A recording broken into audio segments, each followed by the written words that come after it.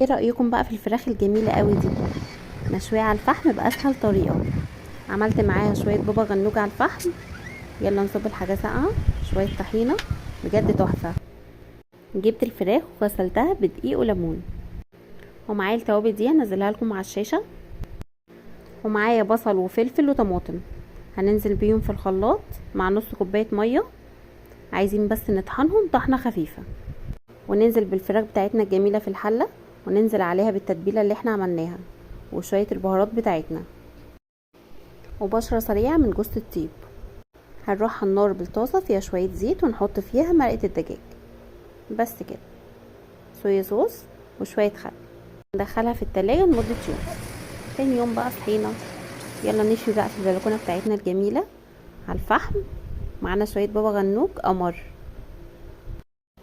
وهجهز معايا شوية سلطة طحينة سريعة جدا. بصوا القوام تحفة.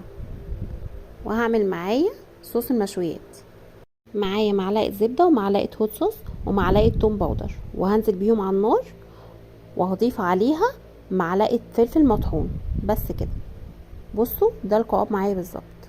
وننزل بالبتنجان على الفحم. لا هنا كنت بدوق عادي. بس عملت شوية شاي على الفحم، بجد قضينا يوم تحفة، والف هنا.